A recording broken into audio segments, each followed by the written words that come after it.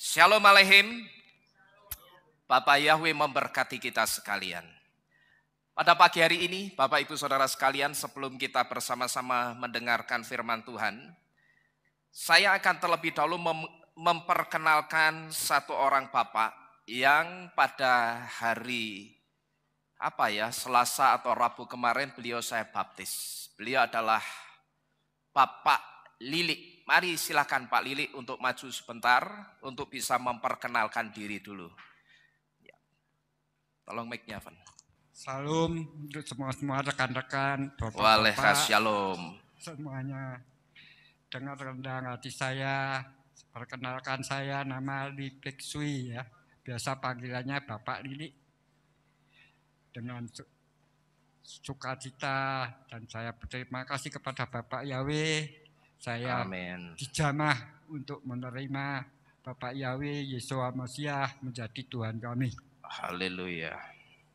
Lika-liku kehidupan saya juga sudah pernah saya alami. Saya sudah dulu beragama Katolik semenjak saya masih anak-anak. Sudah itu sudah dibaptis dan saya terus langsung masuk Kristiani di Gereja Isa Masih Dr. Cipto. Saya juga sudah dibaptis dan ini saya ketiga kali dibaptis menjadi hamba Bapak Yahweh Yesus Mesias yang saya dengar dari melalui online internet.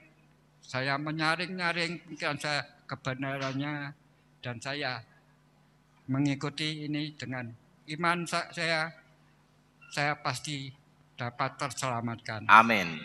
Amin. Makasih untuk bapak-bapak, adik-adik, saudara-saudara semua yang ada di sini.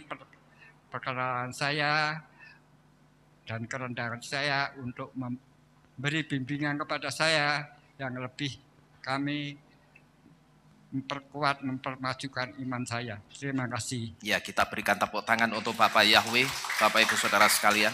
Silakan duduk Pak Lili. Pak Lili ini kalau saudara sering ke Magelang, saudara mungkin kenal dengan seseorang yang namanya Pak Robi. Nah, Pak Lili ini saudaranya Pak Robi, saudara, yang tinggal di Jogja, tapi ibadahnya di Kehilat Alefto Magelang. Beliau kenal Bapak Yahweh itu dari Pak Robi, dan sekarang beliau sudah dibaptis pembaruan. Selamat datang Pak Lili di Kehilat Mawar Sharon. Bapak Yahweh memberkati Bapak. Haleluya. Baik Bapak Ibu Saudara sekalian, pada pagi hari ini kita akan bersama-sama merenungkan firman Tuhan kembali yang akan terambil dari satu kitab, yaitu kitab Yirmiyah atau kitab Yeremia pasal ke-17 ayat yang ke-5 sampai dengan yang ke-6. Yang akan berbicara tentang terkutuklah orang yang mengandalkan manusia. Nah, kira-kira seperti apa saudara? Orang yang dikatakan yang menjadi terkutuk, yang disebut terkutuk, yang mengandalkan manusia di sini. Mari kita bersama-sama membuka kitab suci kita terlebih dahulu di dalam kitab Yeremia atau di dalam kitab Yirmiyah pasal ke-17 ayat yang ke-5 sampai dengan yang ke-6. Saya akan membacakan ayat ini untuk Bapak Ibu Saudara sekalian, silakan saudara simak baik-baik. Yeremia 17 ayat 5 sampai dengan yang ke-6. Di situ dikatakan, beginilah firman Yahweh. Terkutuklah orang yang mengandalkan manusia dan yang mengandalkan kekuatannya, serta jantungnya menyimpang dari Yahweh. Sebab dia akan jadi seperti belukar di padang pasir dan tidak akan mengalami datangnya keadaan baik. Namun dia akan hidup di tempat-tempat kering di padang belantara, di tanah padang asin yang tidak berpenduduk. Sampai di sini kita membaca firman Tuhan, Bapak Ibu Saudara sekalian.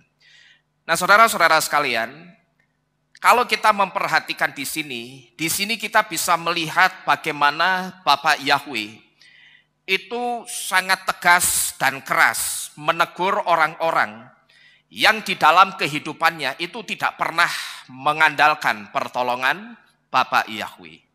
Tapi orang itu selalu dideteksi Tuhan ketika dia menyelesaikan setiap persoalan dan masalahnya, itu dia selesaikan dengan cara apa, saudara?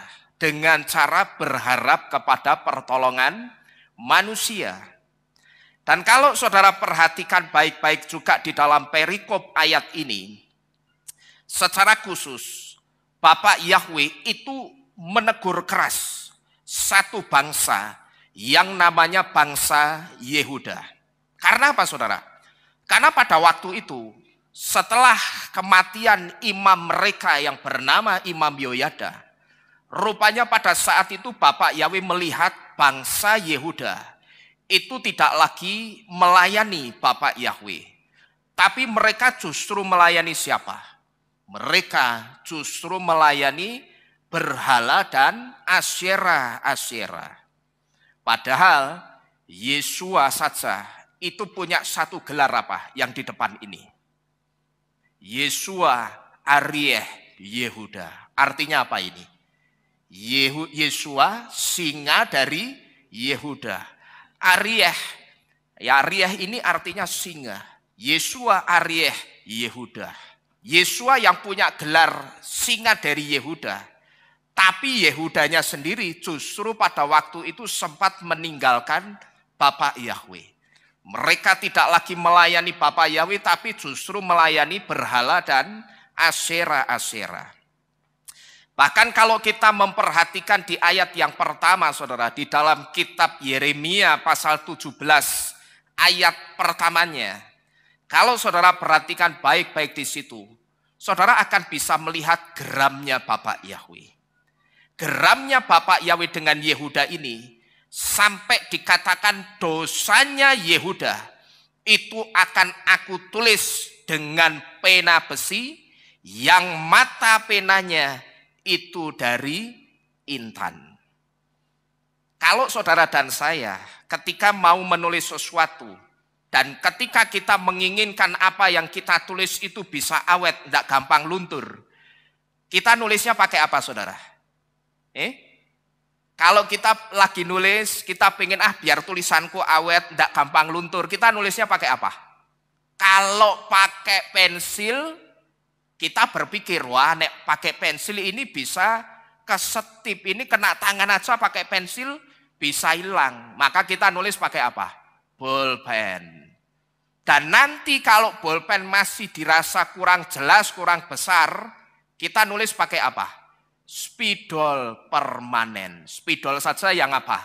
Permanen. Ya toh, itu kalau saudara dan saya. Ketika kita mau menulis sesuatu dan apa yang kita tulis itu kita ingini jangan sampai terhapus. Kita nulisnya pakai bolpen dan spidol permanen. Tapi kalau saudara perhatikan di sini, ketika Bapak Yahweh itu nulis dosanya Yehuda, Bapak Yahweh waktu itu tidak pakai bolpen biasa, saudara. Tapi pakai apa? Pakai pena besi. Bahkan di situ juga dikatakan mata penanya Bapak Yahweh. Bapak Yahweh itu pakai mata pena yang bukan ujungnya itu bola besi. Atau seringkali kita sebut dengan ballpoint. Bolpen yang saudara sebut, alat tulis yang saudara sebut dengan bolpen, itu sebetulnya dari bahasa Inggris apa? Ballpoint. Ballpoint kenapa dikatakan ballpoint? Karena ujungnya itu ball. Ujungnya apa? Bola yang dari besi. Tapi kalau Bapak Yahweh nulis, mata penanya itu bukan bola kecil yang dari besi, tapi dikatakan apa? Dari intan. Nah sekarang saudara perhatikan baik-baik. Ini artinya, kalau mata penanya itu dari intan, berarti ini tidak hanya untuk nulis, tapi untuk galef, atau untuk carve, atau untuk apa ini? Mengukir. Maka kalau saudara perhatikan di dalam kitab Yeremia, pasal ke-17 ayat yang pertama, di situ ditulis apa? Yang dosanya terukir di atas luah libam, atau di atas apa ini? Loh jantung mereka. Kalau saudara mau tahu kira-kira seperti apa kerasnya mata pena dari intan, saudara itu bisa melihat alat pemotong kaca. Mata pisau pemotong kaca itu terbuat dari batu sejenis intan. Saya katakan hanya sejenis intan. Tapi itu bukan intan beneran. Karena itu cuman intan apa? Sebetulnya itu cuman intan sintetis. Karena kalau itu intan beneran saudara, alat potong kaca itu harganya bisa jutaan. Tapi ujung mata pena alat pemotong kaca itu dari intan sintetis. Nah kira-kira kalau saudara mau lihat pena yang ujungnya, mata penanya dari intan kira-kira seperti itu. Begitu kaca itu digaret pakai pena yang ujungnya intan ini, begitu kaca itu kena garetan intan sintetis ini, maka kacanya akan apa? Terbelah. Cuman pertanyaannya begini saudara, kok intan sampai bisa belah kaca itu bagaimana? Bisa saudara-saudara sekalian. Karena apa?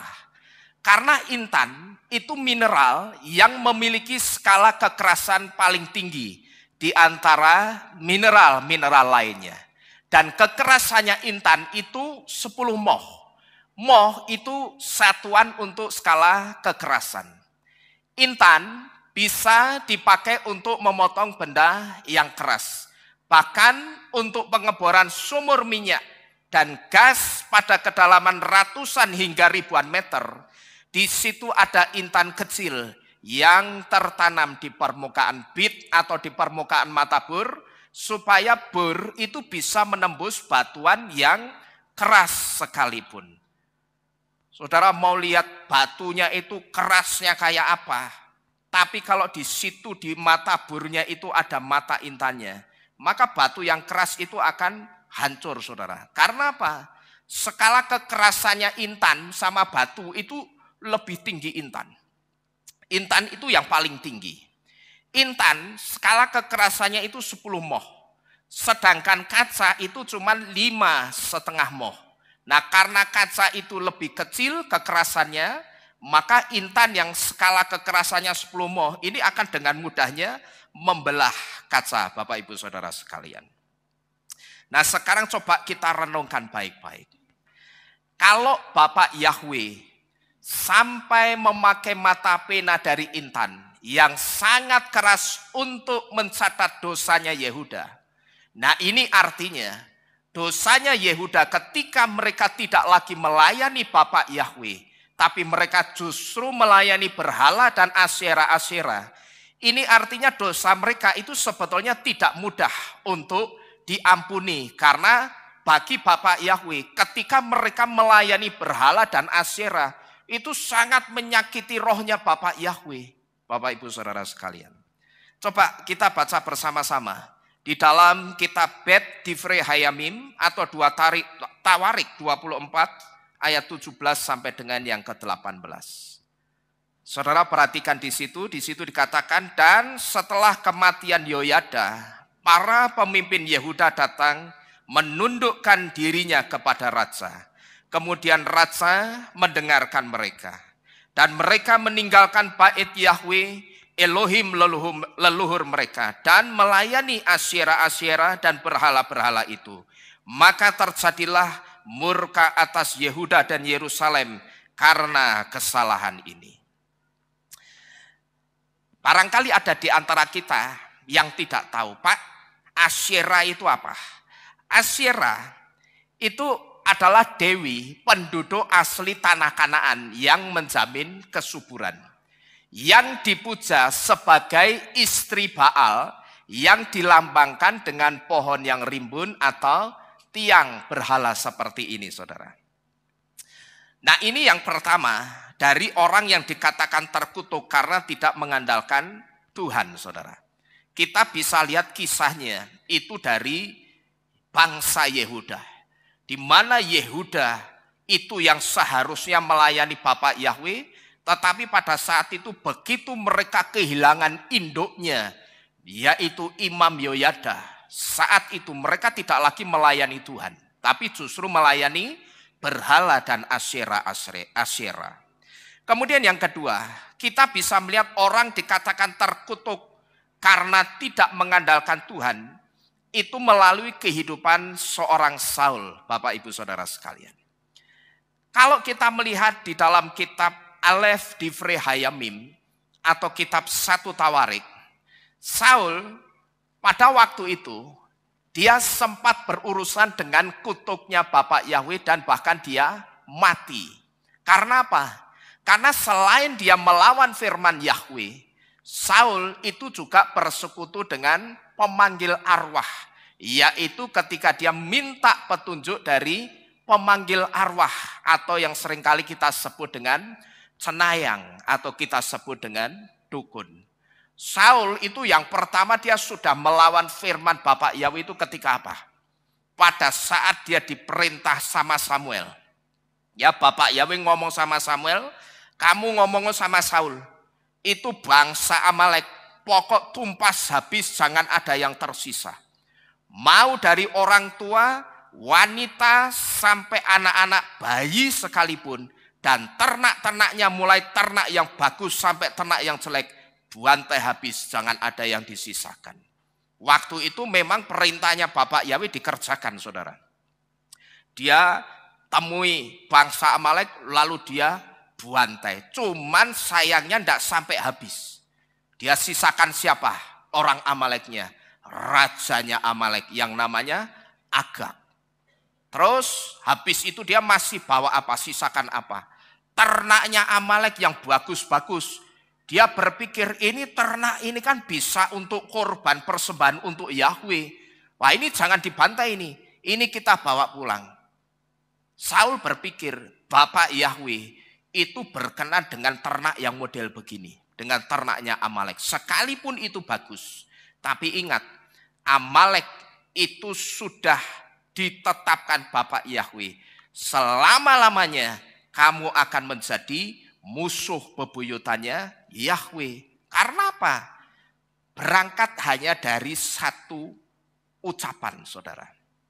Yang memang kalau saya perhatikan, ucapan ini tidak ada sepertinya di dalam kitab suci kita.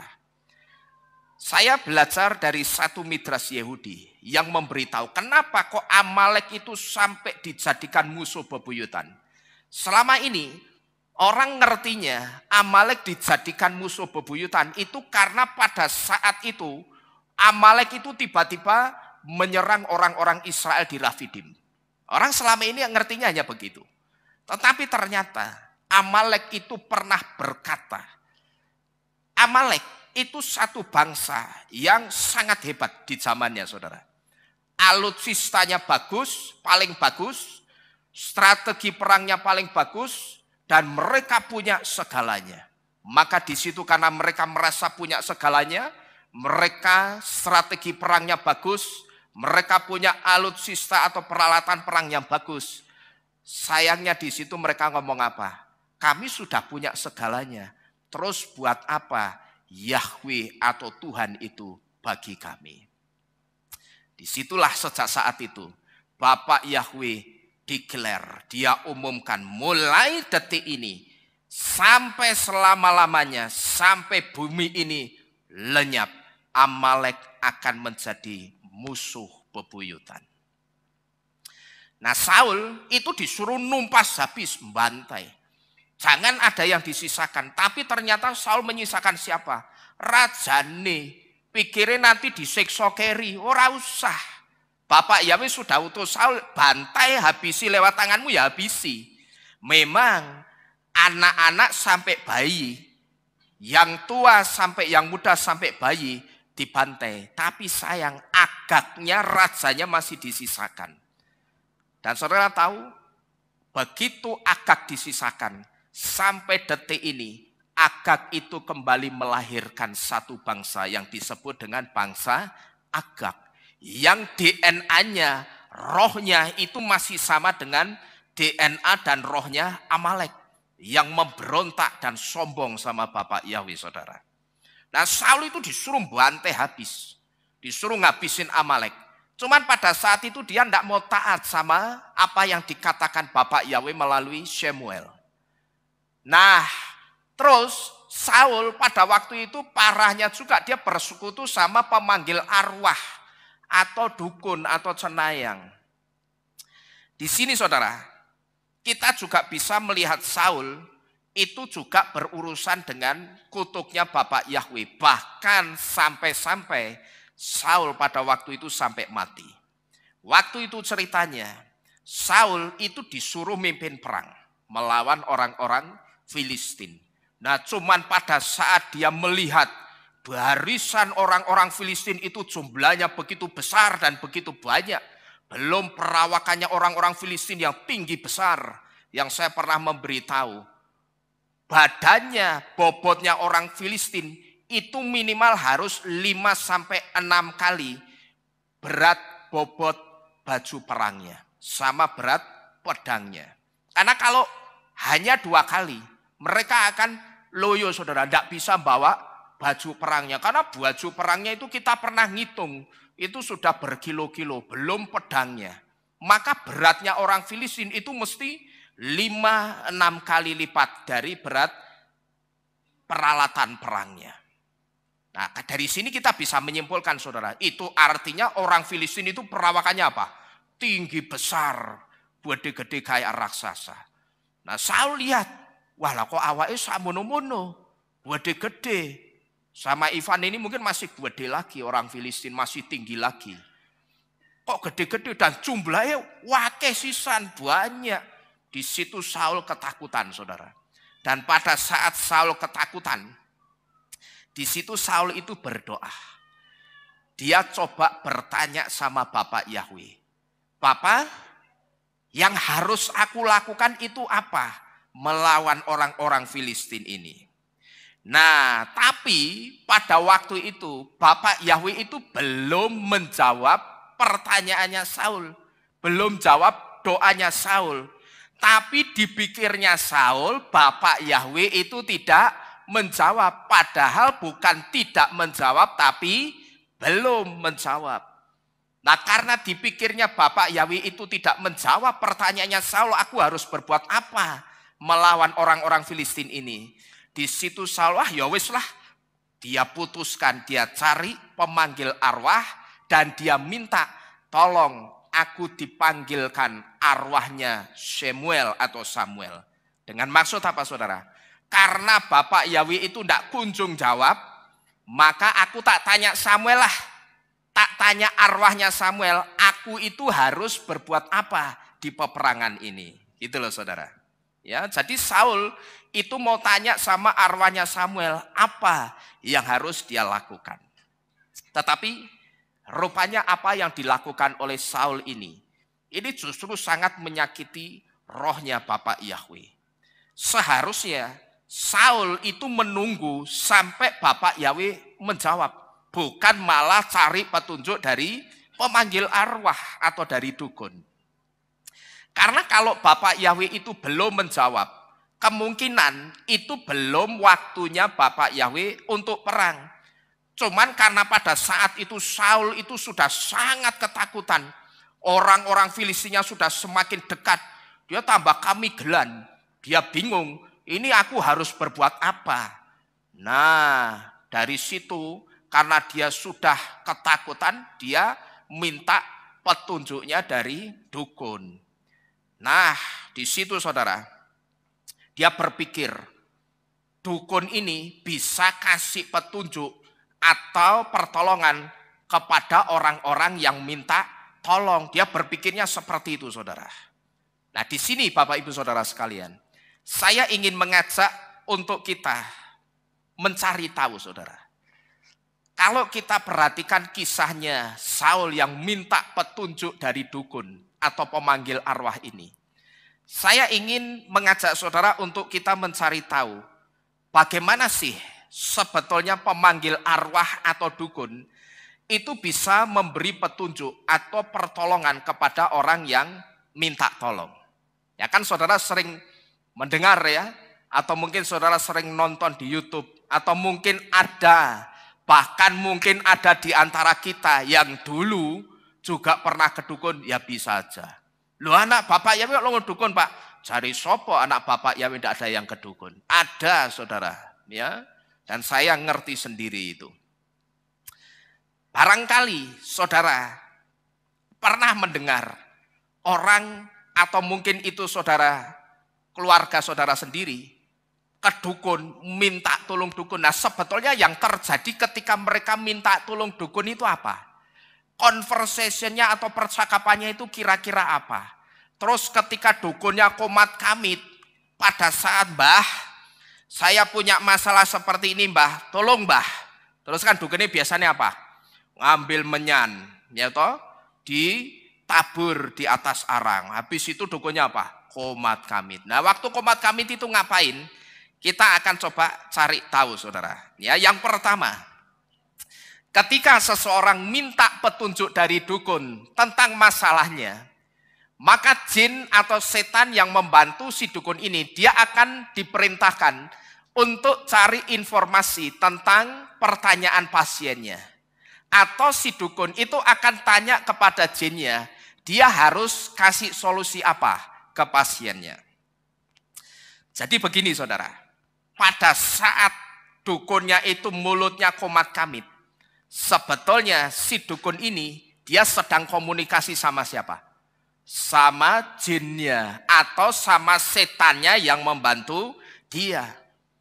Kalau pertanyaannya itu cuma soal bagaimana kalau aku mau buka usaha ini atau mau buka usaha itu, apa yang harus aku lakukan? Maka si dukun ini akan tanya sama jin atau sama setan yang membantu dukun ini, kira-kira jin, aku itu harus kasih solusi apa ke orang ini, ke pasienku ini. Nah nanti begitu dukunnya itu sudah dijawab sama setan, dukunnya akan ngomong, oh kamu harus melakukan ini, kamu harus melakukan itu. Nah ini kalau pertanyaannya seputar usaha. Kira-kira kalau aku mau buka usaha seperti ini Mbah Dukun, apa yang harus aku lakukan? Jadi jangan saudara berpikir dukun ini pinter, enggak. Ya, karena yang dipakai dukun itu bukan hikmat. Hikmat itu hanya diberikan kepada orang yang percaya kepada Bapak Yahweh. Tapi yang dipakai dukun itu apa? Dia tanya sama jin atau sama setan yang bantu si dukunnya. Nah setelah dapat jawaban dari setannya, dukunnya akan ngomong, oh kamu harus melakukan ini atau kamu harus melakukan itu.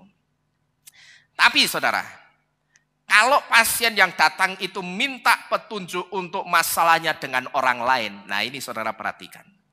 Maka jin atau setannya itu akan diperintah cari apa?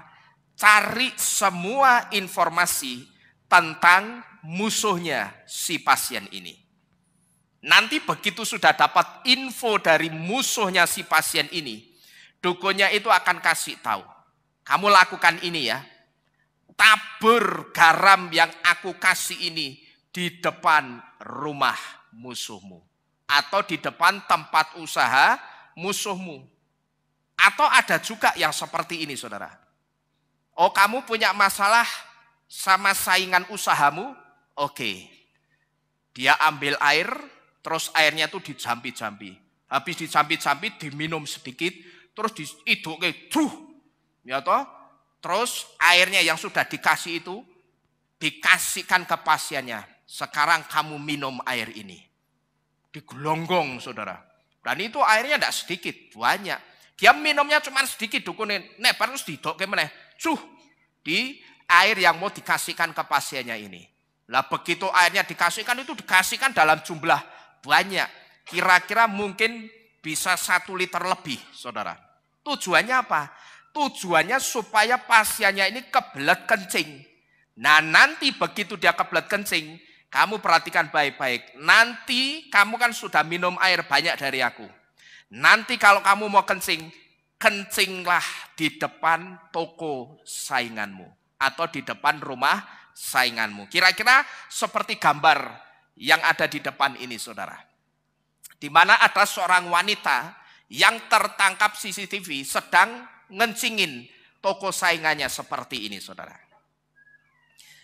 Ini cara-cara yang seringkali dilakukan dukun. Lalu masih di seputar persaingan usaha. Ketika seseorang itu minta petunjuk dukun, bagaimana supaya dagangan atau jualannya itu laris. Maka saat itu dukun itu akan perintahkan jin atau setan yang membantunya supaya mempengaruhi orang agar membeli dagangan pasiennya. Cara seperti ini biasanya kita kenal dengan istilah apa, saudara? Penglarisan. Ada yang penglarisannya apa? Cawet atau kolor direbus bareng dengan masakannya yang dijual. Loh ada loh. Ada. Terus ada juga yang penglarisannya itu ludah pocongan seperti ini. Ludah jin seperti ini, saudara. Atau ada juga yang model penglarisannya itu hari libur. Pasiennya disuruh apa? Libur di hari-hari tertentu. Pernah saudara dengar ya? Hari ini tidak jualan.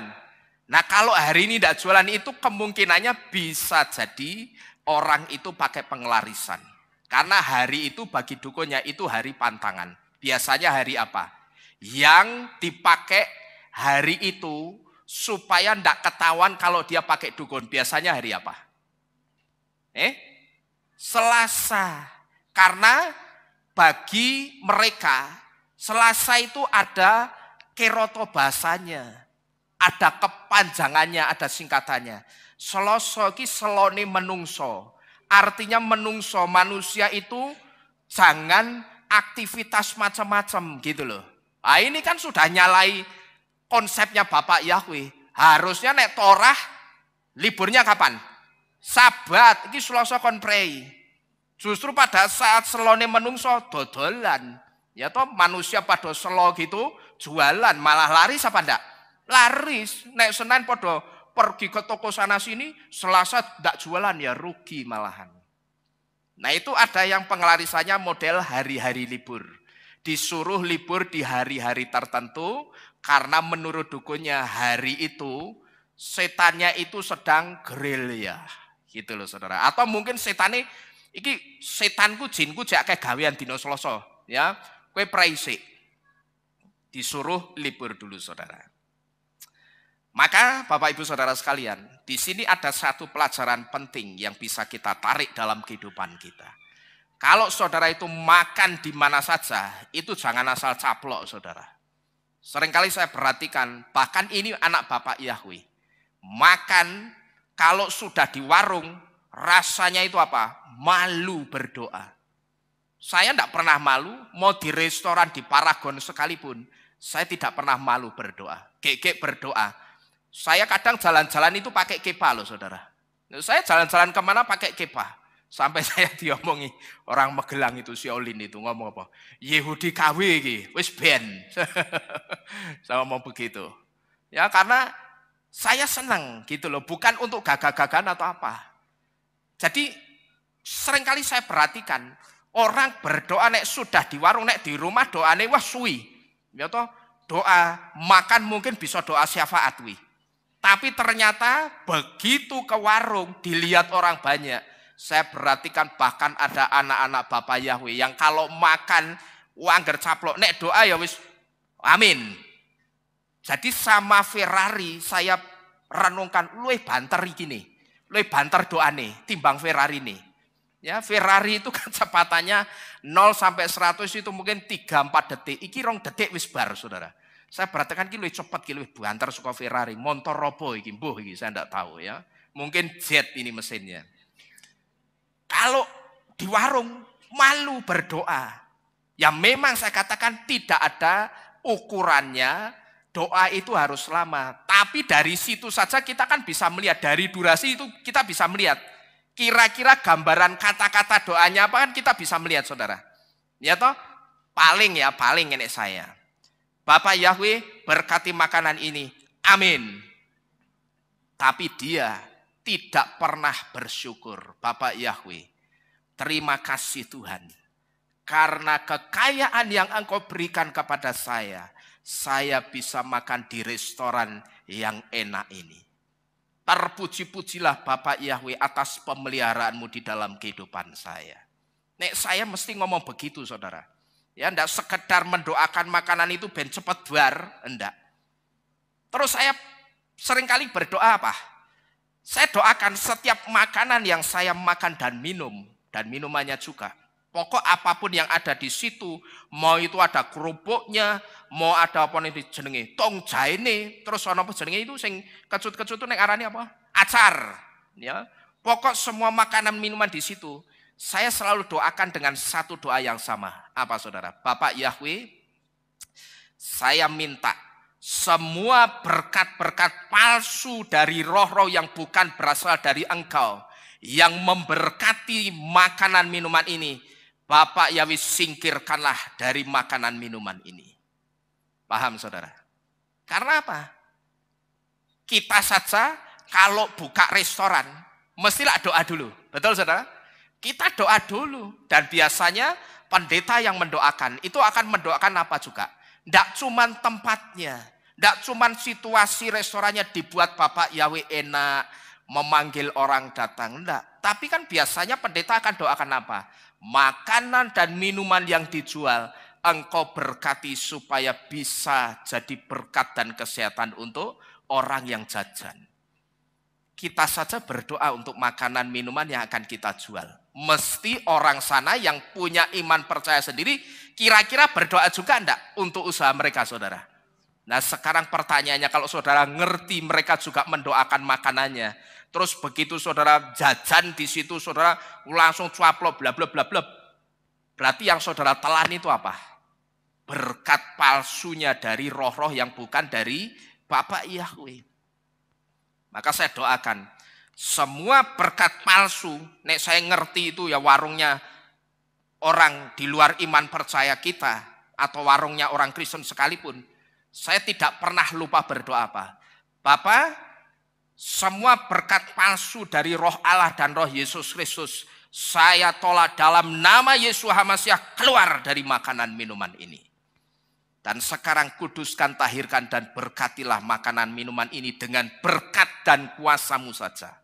Supaya ketika semua makanan minuman ini masuk ke dalam tubuh saya, yang akan masuk dan berperan utama di dalam tubuh saya adalah kuasa Bapak Yahweh, kuasa Adonai Yesua, dan kuasa Ruach Kudus yang akan memberikan kesehatan, kekuatan, dan imunitas di dalam dan di luar tubuh saya. Terus saya tutup apa? Dengan kuasa Bapak Yahweh Elohim yang menyertai makanan minuman ini, tubuh, iman percaya, dan jiwa roh saya diberi kekuatan yang dahsyat. Amin saudara. Jadi begitu saudara makan, itu kan akan ada satu kekuatan yang dahsyat yang membungkus saudara. Baik di dalam maupun di luar tubuh kita. Harusnya begitu saudara, jangan kita makan itu langsung cuaplok. Saudara-saudara sekalian. Dan dulu saya juga pernah mendengar satu kesaksian. Makanan-makanan yang dimasak oleh orang di luar iman percaya kita, itu memang banyak yang sudah dipersembahkan kepada Tuhan mereka dulu saudara. Dan juga mereka memberikan sebagian atau sisihkan sebagian dari penghasilan jualannya itu untuk membantu satu bangsa. Yang saudara saya yakin tahu bangsa itu bangsa siapa. Ya, yang pasti bukan disisihkan untuk bangsa Israel, orang mungkin. Ya, tapi saya yakin saudara ngerti itu disisihkan untuk bangsa siapa. Dan biasanya yang model disisihkan untuk bangsa ini, biasanya itu makanannya sebelum dijual itu disembayangi dulu, dipersembahkan kepada Tuhannya, supaya Tuhannya memberi rezeki, dibikin laris, saudara. Terus makanan juga jangan sembarang makan, saudara. Kalau saudara dikasih yang namanya bancaan, berkatan ya, bancaan, acara orang mati, bancaan atau nasi kardus acara orang mati, tidak usah dimakan. Yang dikenal dengan acara apa? Tahlilan. Biasanya itu didoakan dulu. Kenapa saya katakan tidak usah kita makan? Karena dulu pernah saya mendengar satu kesaksian. Di acara seperti itu, acara tahlilan. Ketika mereka mendoakan makanannya, saudara ngerti? Makanannya itu dalam pemandangan alam roh dilihat satu jin yang besar sedang megangi makanannya satu persatu. dipegangi. Itu belum dibagikan, saudara-saudara sekalian. Masih di dalam kardus, ya kalau di desa itu dibesek, masih bukaan. Lalu ada satu orang yang dikasih penglihatan, makanan itu dipegangi satu-satu sama satu jin yang badannya tinggi besar. Jadi Bapak Ibu Saudara sekalian, ini sekaligus jadi pengingat kita. Kita itu kalau soal makanan, mau makan di mana saja, jangan pernah lupa kita serahkan kepada Bapak Yahweh. Tapi juga bukan diserahkan itu hanya untuk minta diberkati. Tapi apa tadi? Minta diapakan? Ditahirkan dulu. Dari siapa? Berkat-berkat palsu dari roh-roh yang bukan dari Bapak Yahweh. Jangan hanya saya mengucap syukur Bapak Yahweh untuk makanan minuman ini. Amin. Jangan. Karena di situ masih ada kuasa roh-roh yang bukan dari Bapak Yahweh yang akan ikut saudara telan masuk ke dalam tubuh saudara. Kalau saudara-saudara sudah saudara tahirkan, aman. Saudara makan telap-telap, aman. Dan nanti biasanya saudara, kalau saudara melihat, seringkali saudara pernah enggak begini. Misalkan nih Pak Robin makan di sana itu loh, makanannya enak. Ya toh? Eko ngomong, Pak Robin makan di sana enak, warteg itu enak Pak Robin. Oh ya Bu Eko, ya wis, tak paranane. Nanti begitu Pak Robin datang ke sana, terus Pak Robin pesan makanannya, di situ didoakan minta ditahirkan Bapak Yahweh. Begitu dimakan Pak Robin, rasanya itu apa? Biasa. Saudara ngerti? Rasanya biasa. Bu Eko enak apaan itu? Muasaan kok ngene enak. Nah itu yang model begitu itu saudara. Itu biasanya pasti ada penglarisannya. Karena saya sering masuk ke tempat yang dipromosikan orang enak-enak. Tapi begitu tak coba, rasa kok ini enak apa nih? Apa ini? Enaknya apa? Enggak ada, biasa aja. Nah yang bikin kembali ke rasa aslinya itu apa? Doa saudara, ngerti tidak saudara? Jadi kalau saudara pengen ngerti rasa aslinya masakan yang dijual di warung-warung, doakan masakan itu. Kalau saudara pengen ngerti rasa aslinya masakan itu yang dipromosikan orang dan saudara ngerti, tempat yang menjual itu bukan tempatnya anak Bapak Yahweh. Saudara doakan, nanti saudara akan ngerti rasa aslinya seperti apa itu akan ketahuan saudara. Ya, jadi kita kembali lagi ke firman Tuhan. Ini cara-cara yang seringkali kita kenal dengan istilah penglarisan. Ada yang penglarisannya celana dalam itu direbus bareng kuah bakso, kuah soto ya ada. Terus ada juga yang ludah jin seperti ini diludahi. Bayangkan saudara, kalau saudara pas lapar-laparnya makan sebulannya bar didoni kayak ini piye jajal. Makannya jangan asal nyaplok nek makan itu ya. Didoakan dulu, kuduskan, tahirkan. Bahkan seringkali saudara. Oh ya, saya jadi ingat. Ya, saya kasih tahu ke saudara. Saya sebelum sampai tempat makan itu mau berangkat dari rumah. Saudara ngerti? Saya doakan dulu selain perjalanan saya pergi pulang. Saya doakan tempat dan makanan minuman yang mau saya makan Tuhan di sana tempat itu. Yang pertama tempatnya kuduskan, tahirkan dulu. Terus makanan dan minumannya Bapak, engkau juga tahirkan dulu sebelum saya sentuh. Itu sering saya lakukan seperti itu saudara. Maka saya percaya rasa yang saya makan itu ya rasa yang original aslinya. Tidak ada intervensinya kuasa kegelapan. Jadi dari sini kita mesti belajar baik-baik. Bahwa di dunia luaran sana, di dunianya orang-orang yang tidak percaya kepada Bapak Yahweh. Mereka itu akan melakukan segala cara. Pokok yang penting daganganku bisa laris itu bagaimana. Nah satu di antaranya minta apa? Diludahi sama setan ini. Rupane wis koyong ini kongkon ngidoni. Habis itu kita makan. Ayo coba saudara renungkan. Ya. Jadi hati-hati Bapak Ibu Saudara sekalian. Jangan asal caplok. Lalu kita lihat ketika seseorang itu datang ke dukun saudara. Dan dia minta tolong ke dukun untuk menyembuhkan penyakitnya. Maka saat itu yang dilakukan si dukun itu akan suruh setan perusak fisik dan perusak mental atau setan pembawa penyakit yang ada di pasiennya pergi. Jadi setan perusak fisik dan mental yang ada di pasiennya itu akan disuruh pergi. Tapi ini dengan satu catatan apa? Asal pangkatnya jin atau setan yang bantu dukun itu lebih tinggi dari pangkat setan pasiennya. Loh Pak, setan ada pangkat-pangkatnya. Setan itu ada pangkatnya, saudara.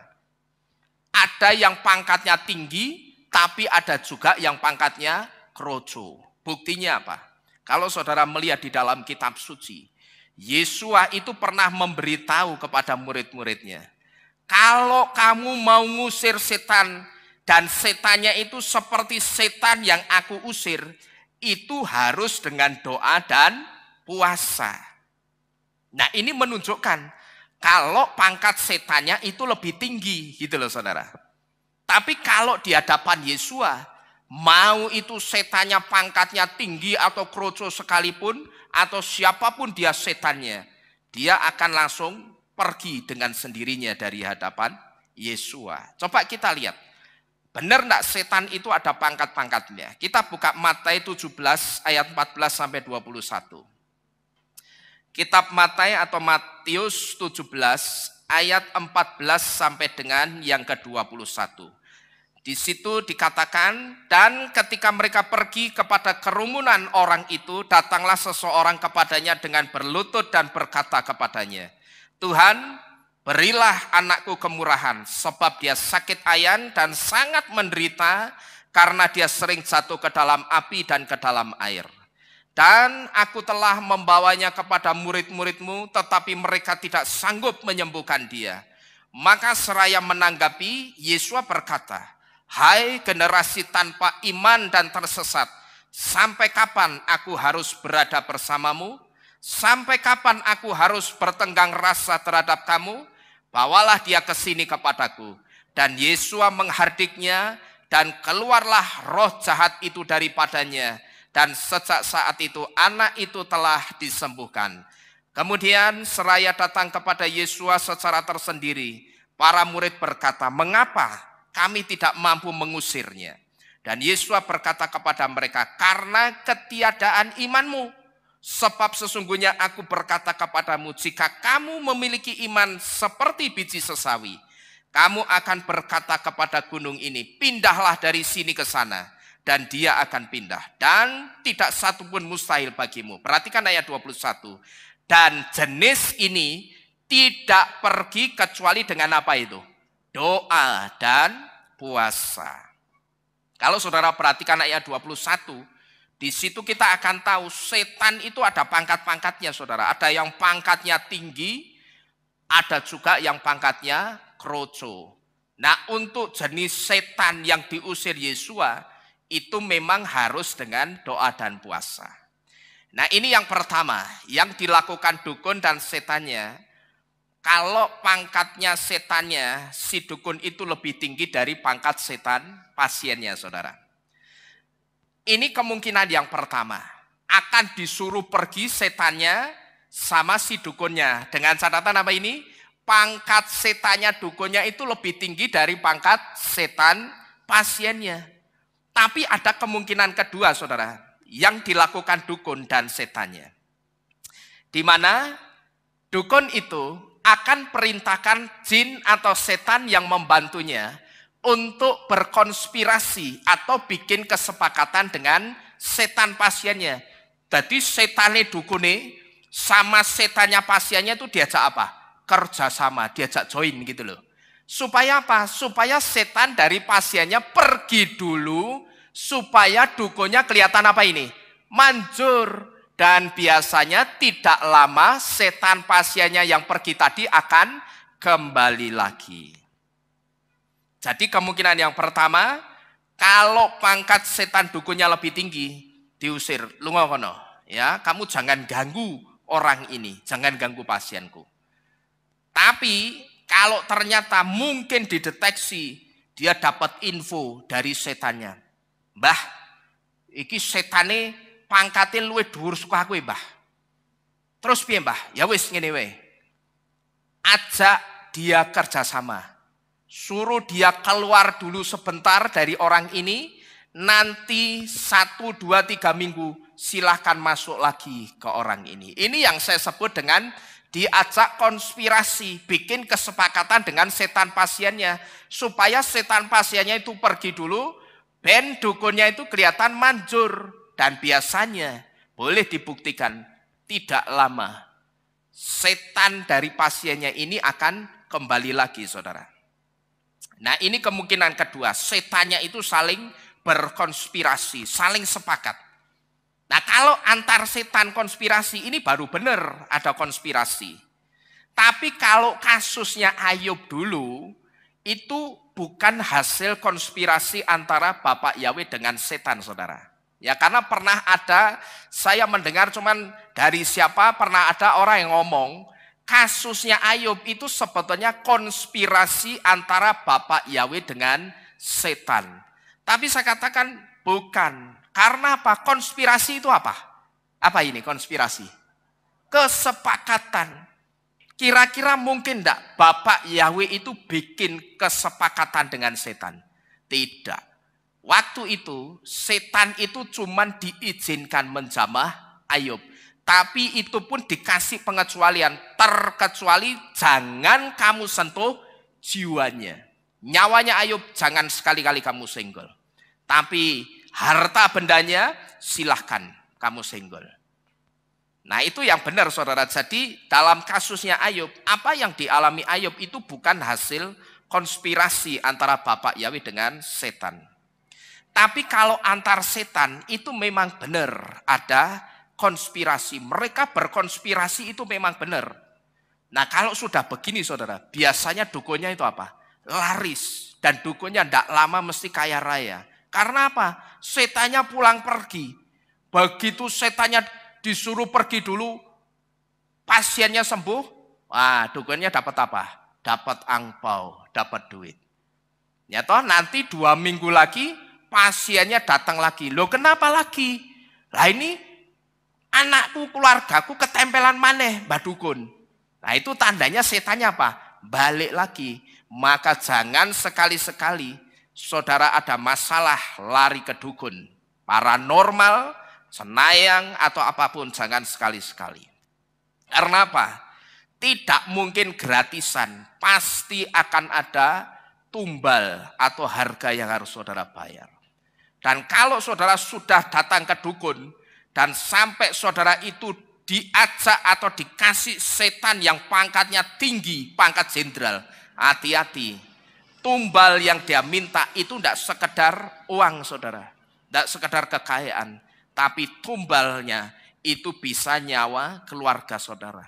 Kalau saudara sampai tidak bisa kasih nyawa keluarga saudara, yang jadi sasaran nyawanya siapa? Orang itu sendiri, saudara. Ya, jadi jangan main-main sama dukun. Karena Bapak Yahweh itu sangat benci dengan model yang beginian. Ya, karena sebetulnya itu hanya saling berkonspirasi antar setan. Komunikasi di alam roh. Komunikasi antara setannya dukunnya sama setannya pasiennya. Cuman disuruh pergi sebentar. Nanti silahkan. Ya ben ketok manjur lu ngono sedilu. Nanti 2 minggune membalik-balikan. 2 minggu lagi mau kembali masuk ke orang ini, kembali saja. Nah, sekarang coba kita renungkan, kalau sudah seperti ini, setannya pulang pergi, ya toh Jakarta, Bandung, PP, bolak-balik terus, dukunnya susi sugih, saudara. Ya enggak? Ya toh dukunnya lama-lama kaya, karena setannya pulang pergi. Nanti 2 minggu balik, disembayangi meneh keluar. 2 minggu lagi, balik lagi, susi sugih iki. Kemudian berikutnya, saudara. Ketika seseorang itu minta tolong ke dukun supaya cintanya ke seseorang bisa diterima, maka dukun itu akan minta pasiennya bawa barang-barang dari orang yang ditaksir atau yang disukai. Bisa apa biasanya? Sapu tangan. Terus bisa juga pakai apa? Foto. Bisa juga pakai rambut. Bahkan tisu bekas lap lipstik sekalipun itu juga bisa dijadikan sebagai mediator untuk jin atau setan yang membantu dukun tersebut bekerja mempengaruhi orang yang diincar oleh pasiennya si dukun ini, saudara. Saya pernah mendengar satu cerita. Dulu, ini kejadian nyata, saudara. Pernah ada seorang perempuan. Perempuan ini ceritanya ditaksir sama seseorang. Mungkin karena yang naksir ini mukanya tidak ganteng, ya mukanya pas-pasan, dan dia bukan orang kaya. Perempuan ini menolak, saudara. Bahkan pada waktu itu, menolaknya itu tidak cuma dengan kata-kata. Sampai laki-lakinya yang menyatakan cinta, ngomong senang sama perempuan ini diludahi, saudara. Didoni, cuh, pergi sana. Memang kamu itu siapa? Kamu tidak tahu diri apa? Ngaca sana. Ya sampai segitunya, ini kejadian nyata, saudara.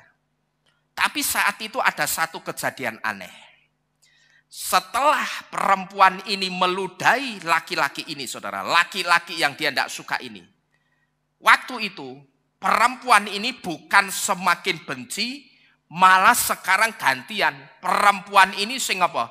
Terkindil-kindil sama laki-lakinya, saudara. Perempuan ini yang ngejar-ngejar lakinya. Pertanyaannya sekarang, kenapa bisa seperti ini? Bisa, saudara. Di alam roh, saya pernah memberitahu, alam roh itu alam unlimited, alam yang tanpa batas dan tidak bisa dibatasi. Pertanyaannya kenapa? Tadinya menolak bahkan meludahi, tapi saat itu tidak lama setelah meludahi, terjadi satu kejadian aneh, berbalik 180 derajat. Yang tadinya meludahi, sekarang perempuan itu justru apa? Terkindil-kindil. Dia yang ngejar-ngejar laki-lakinya. Memang ada apa? Kok kenapa bisa seperti ini? Rupanya, saudara, saat itu ludah perempuannya itu jadi mediator untuk setan bekerja mempengaruhi si perempuan ini terus supaya apa? Menerima laki-laki tersebut, saudara. Jadi rupanya ludahnya perempuan ini tadi dilap, terus setelah dilap, lap yang ada ludah perempuan ini didukunkan. Maka sekarang begitu lap itu didukunkan, dibawa ke dukun, dijampi-jampi. Sekarang perempuannya yang gantian ngejar-ngejar laki-lakinya. Jadi kalau ada di antara saudara mungkin yang suka sama orang ditolak sampai diludahi, wow, jangan marah. Nah terus nanti tisunya tak bawa ke Pak Dino, ya ora usah. Ya itu buat Cino goning aku. Jadi rupanya, saudara, saat itu ludahnya perempuan itu didukunkan. Terus gantian perempuannya yang terkindil-kindil, saudara-saudara sekalian. Ya, tapi kalau saudara sudah beristri ya tidak usah bawa fotonya perempuan lain. Ya, lah saya salah pilih, Pak, salah pilih untuk anak. Jadi Bapak Ibu Saudara sekalian, kita kembali ke bangsa Yehuda dan Saul. Di sini, saudara, kita bisa melihat bahwa cara-cara bangsa Yehuda dan Saul yang mencari pertolongan di luar Bapak Yahweh, itu justru membuat Bapak Yahweh itu murka, saudara. Ulah bangsa Yehuda membuat Tuhan itu sampai harus nyatet dosanya mereka. Itu dengan pena besi yang mata penanya bukan dari ballpoint tapi dari apa? Dari intan. Yang artinya apa? Dosanya itu tidak hanya ditulis tapi di apa? Digaret. Diguaret itu di carve, diukir gitu loh, saudara. Dan ini artinya sangat tidak mudah untuk Bapak Yahweh itu mengampuni Yehuda. Sekalipun melalui Yehuda itu adalah tunas dari kelahiran Yesua. Muncul Yesua. Tetapi Bapak Yahweh tidak peduli. Karena kamu sekarang begitu kematian imammu Yoyada mati, kamu tidak melayani aku lagi, tapi kamu berpaling kepada berhala dan asyera-asyera. Apa yang kamu lakukan ini tidak akan mudah untuk aku ampuni. Kalau cuma ditulis dosanya pakai bolpen, disetip bisa, ditip ek bisa. Tapi nek sudah digaret, diukir, bagaimana? Mesti mengampuninya. Ini sebagai satu gambaran ketika kita mengandalkan manusia, pada saat kita butuh apa-apa, yang kita ingat itu nama manusia dulu, bukan Bapak Yahweh. Pada saat kita sakit, yang kita cari, kita kedandapan, nomor telepon dokter, dokter. Hati-hati saudara. Nampaknya apa yang saudara lakukan itu benar. Tapi di situ secara tidak sadar saudara itu sudah dideteksi lebih mengandalkan manusia ketimbang Bapak Yahweh. Kalau itu terjadi terus Bapak Ibu Saudara sekalian, nanti lama-lama saudara itu akan punya satu dosa di hadapan Tuhan. Dan dosa itu kalau sudah dicatatnya pakai pena besi yang matanya pakai intan, waduh susah untuk menghapus dosa kita, itu sangat susah Bapak Ibu Saudara sekalian. Jadi ketika Saul dosanya sampai ditulis pakai pena besi yang mata penanya dari intan, itu artinya tidak mudah untuk Bapak Yahweh itu mengampuni dosanya Saul dan juga dosanya Yehuda. Kemudian kita juga bisa melihat Saul yang minta petunjuk dari pemanggil arwah. Ini juga membuahkan satu buah murka Bapak Yahweh atas Saul. Bahkan Saul mati dalam murkanya Bapak Yahweh karena Bapak Yahweh itu tidak suka dengan cara-caranya Saul, Bapak Ibu Saudara sekalian. Nah, sampai di sini saudara, mungkin ada di antara kita yang berpikir begini, wah untung ya aku tidak pernah pergi ke dukun. Untung ya aku tidak pernah pergi ke pemanggil arwah atau cari pertolongan dari Asyera. Jadi dalam hal ini aku tidak termasuk orang yang terkutuk karena mengandalkan manusia.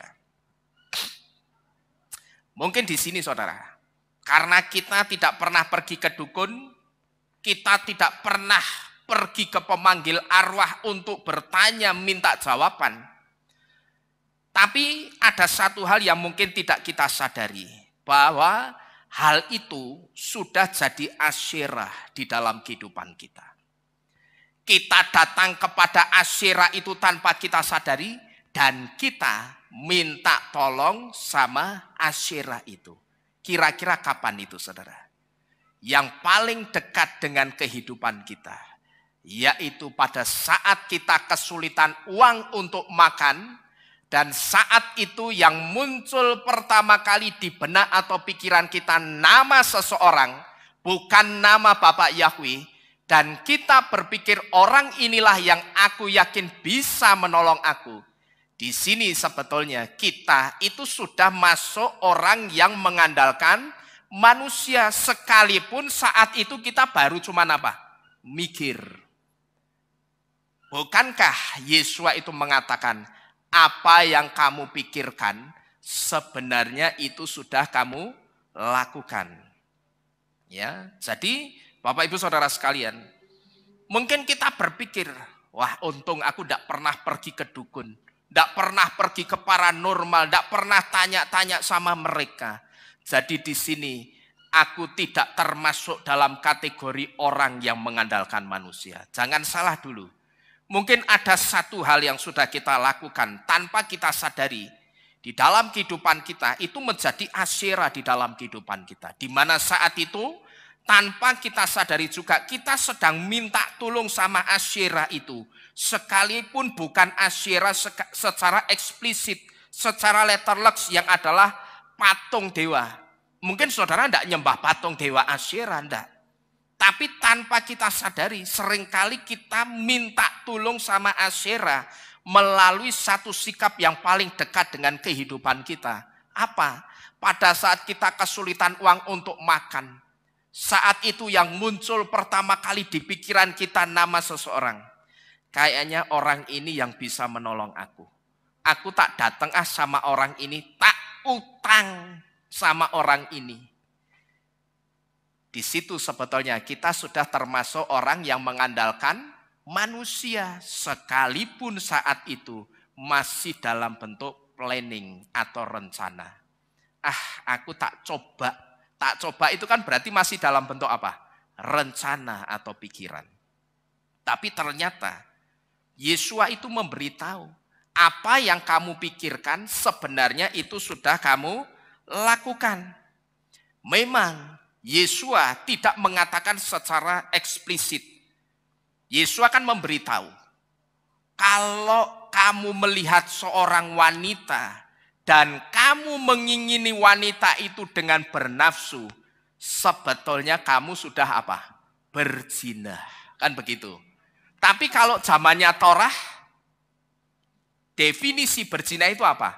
Kalau orang sudah kumpul kebo, bukan dengan suami atau istrinya sendiri, itu baru disebut berzina. Sudah ada hubungan suami istri yang dilakukan. Tapi ternyata zamannya Yesua, ketika Yesua katakan aku datang untuk menggenapi Torah, ternyata tidak hanya menggenapi, tapi menyempurnakan Torah. Torah itu jadi lebih sempurna lagi sejak Yesua muncul. Dan satu di antaranya yang disempurnakan apa?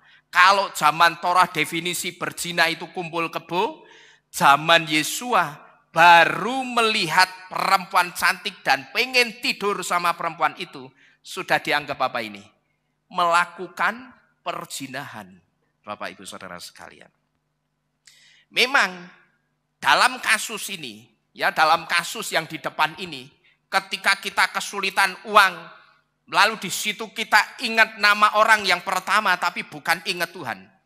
Saya katakan memang Yesua itu tidak mengatakan secara eksplisit. Tapi ketika kita baru berpikir orang ini atau orang itu yang bisa membantu atau menolong aku, ternyata di situ kita sudah dianggap Bapak Yahweh. Kamu itu tidak percaya aku dan kamu itu tidak mengandalkan aku. Jadi ini yang mesti saudara ingat baik-baik. Jadi hari ini Bapak Ibu Saudara sekalian, kita diingatkan bahwa sampai hari ini Bapak Yahweh itu masih ada. Amin. Saudara percaya hari ini sampai detik ini Bapak Yahweh itu masih ada bersama-sama saudara dan saya? Saudara percaya? Amin. Haleluya. Bahkan saya percaya pagi hari ini Ruach HaKodes, rohnya Bapak Yahweh, tanpa saudara lihat, saudara tidak bisa lihat wujudnya kasat mata. Tapi roh Bapak Yahweh itu ada di tengah-tengah kita loh saudara. Ya, ikut beribadah dan memberkati ibadah kita pada pagi hari ini. Dan kalau Bapak Yahweh itu masih ada sampai hari ini, berarti kuasanya untuk menolong pergumulan saudara dan saya, apapun itu pergumulannya, kuasanya itu juga masih ada. Amin. Kuasanya masih ada sampai hari ini. Dan masih dari Saul saudara, ada pelajaran penting juga yang bisa kita tarik di dalam kehidupan kita. Tadi kalau saudara perhatikan, pada saat Saul itu melihat jumlahnya orang-orang Filistin yang sangat besar dan banyak, dan perawakannya gede-gede, Saul ngapain di situ? Ketakutan. Lalu dia minta petunjuk dari Bapak Yahweh dulu pertama. Tapi karena dia berpikir Bapak Yahweh kok tidak jawab-jawab ya.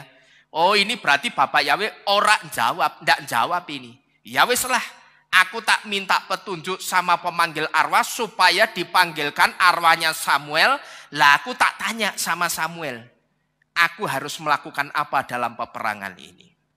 Nah di sini ada satu pelajaran penting. Ketika kita menunggu jawaban Bapak Yahweh atas pergumulan kita, jangan kita itu buru-buru beranggapan kalau Bapak Yahweh tidak mendengar atau tidak mau mendengar doa kita. Satu hal yang harus kita ingat, Bapak Yahweh itu punya waktunya sendiri untuk menjawab doa kita, saudara. Saya tidak tahu siapa di antara kita yang sampai detik ini masih ada pergumulan di dalam kehidupan kita, dan seolah-olah sampai detik ini saudara belum mendengar atau mendapatkan jawaban dari Tuhan.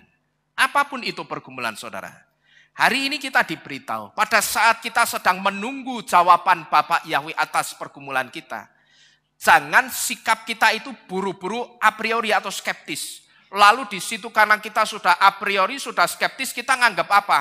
Oh lah sebulannya Bapak Yahweh itu tidak dengar aku doa. Oh ternyata Bapak Yahweh itu tidak mau mendengar doaku. Jangan kita beranggapan seperti itu saudara. Yang harus kita ingat, Bapak Yahweh punya apa ini? Moadim atau waktunya sendiri untuk menjawab doa kita. Terus yang harus kita tanamkan di dalam jantung hati kita itu apa? Ketika kita menunggu jawaban pergumulan kita. Saudara, tanamkan saja dalam pikiran dan jantung hati kita bahwa doa dan kerinduanku yang aku bawa kepada Bapak Yahweh pasti sudah didengarkan baik dan pasti diberkati Bapak Yahweh. Amin. Ayo kita baca sama-sama saudara ya. Kita baca dengan satu iman percaya. Kita katakan doa dan kerinduanku yang aku bawa kepada Bapak Yahweh. Aku percaya sudah didengarkan baik Bapak Yahweh dan sudah diberkati Bapak Yahweh. Ayo kita baca sama-sama. Alef, Bet, Gimel. Doa dan kerinduanku yang aku bawa kepada Bapak Yahweh pasti sudah didengarkan baik dan sudah diberkati Bapak Yahweh. Sekali lagi kita baca lebih keras lagi dan penuh iman. Kita katakan Alef, Bet, Gimel. Doa dan kerinduanku yang aku bawa kepada Bapak Yahweh pasti sudah didengarkan baik dan pasti diberkati Bapak Yahweh. Amin. Haleluya. Nah kalau sikap kita ketika menunggu jawaban doa bisa seperti ini, saya yakin kita tidak akan lari kemana-mana seperti Saul saudara. Selain kita berlari kepada Bapak Yahweh. Kita tidak akan lari kemana-mana, pikiran kita tidak akan bingung. Wah, ini enaknya bagaimana ya, aku sakit tidak sembuh-sembuh ini, enaknya aku njaluk tolong sopo. Tidak perlu seperti itu, Bapak Ibu Saudara sekalian. Aku punya pergumulan masalah ekonomiku, pekerjaanku kok macet, ini enaknya aku njaluk tolong sopo ya. Gitu loh. Bukankah orang yang saudara mintain tolong, itu juga kalau dia diberkati, bukankah yang memberkati itu juga Bapak Yahweh? Betul saudara? Nah kalau yang memberkati orang itu Bapak Yahweh, kenapa kita tidak minta sendiri sama sumber berkatnya? Ya, ini yang harus kita ingat baik-baik. Kalau sikap kita ketika menunggu jawaban doa, sikap saudara bisa seperti ini. Saudara katakan di dalam jantung hati pikiran saudara, bahwa doa dan kerinduanku yang sudah aku bawa kepada Tuhan, kepada Bapak Yahweh, aku percaya doa dan kerinduanku itu sudah didengar baik sama Bapak Yahweh. Dan aku juga percaya doa dan kerinduanku sudah diberkati Bapak Yahweh. Dan yang pasti kalau sikap saudara bisa seperti ini, saudara itu tidak akan kena kutuk karena dideteksi mengandalkan manusia. Saudara tidak akan kena kutuk kalau sikapnya bisa seperti ini. Saudara percaya bahwa apa yang aku minta dengan berdoa, aku percaya Bapak Yahweh sudah mendengar dan memberkati kerinduanku, apapun itu pergumulanku dan kerinduanku. Yang pasti juga ketika saudara sikapnya bisa seperti yang ada di depan ini, saudara itu tidak akan dideteksi mengandalkan manusia. Otomatis kalau saudara tidak terdeteksi mengandalkan manusia, kira-kira saudara akan kena kutuknya Bapak Yahweh atau enggak? Enggak akan kena kutuk saudara. Ya, tapi apa yang menjadi pergumulan kita akan diberkati dan saya katakan di dalam nama Bapak Yahweh, dalam nama Yesua, apa yang jadi pergumulan kita, ketika kita bisa mengandalkan Bapak Yahweh, pasti diberkati Bapak Yahweh. Amin. Satu ayat sebagai ayat penutup kita baca. Yeremia atau Yeremia 17 ayat yang ke-7 sampai dengan yang ke-8. Yeremia pasal ke-17 ayat yang ke-7 sampai ayat yang ke-8. Ayat yang ke-7 saja saudara ya, supaya ayatnya tidak panjang dan saudara akan terus ingat di dalam pikiran saudara. Mari kita baca bersama-sama. Sudah ketemu semua? Yeremia 17 ayat yang ke-7. Kita baca Alef, Bet, Gimel. Diberkatilah orang yang mengandalkan Yahweh dan menaruh percaya kepada Yahweh. Amin. Sekali lagi ya, kita baca lebih keras dengan iman yang lebih lagi. Alef, Bet, Gimel. Diberkatilah orang yang mengandalkan Yahweh dan menaruh percaya kepada Yahweh. Sekarang kita ganti, saudara. Ini kan masih siapa? Diberkati siapa? Orang. Ya, belum spesifik. Sekarang kita kerucutkan. Kita ganti orangnya dengan aku. Amin. Ya, saudara katakan, diberkatilah aku yang mengandalkan Yahweh dan aku yang menaruh percaya kepada Yahweh. Amin. Ayo kita katakan bersama-sama. Kita angkat tangan kita, saudara ya. Sambil kita angkat tangan kita. Kita katakan, Alef, Bet, Gimel. Diberkatilah aku yang mengandalkan Yahweh dan aku yang menaruh percaya kepada Yahweh. Amin. Amin. Bapak Yahweh memberkati apa yang menjadi iman percaya saudara. Haleluya. Bersama-sama kita tunduk di dalam doa. Kita akhiri firman pada pagi hari ini.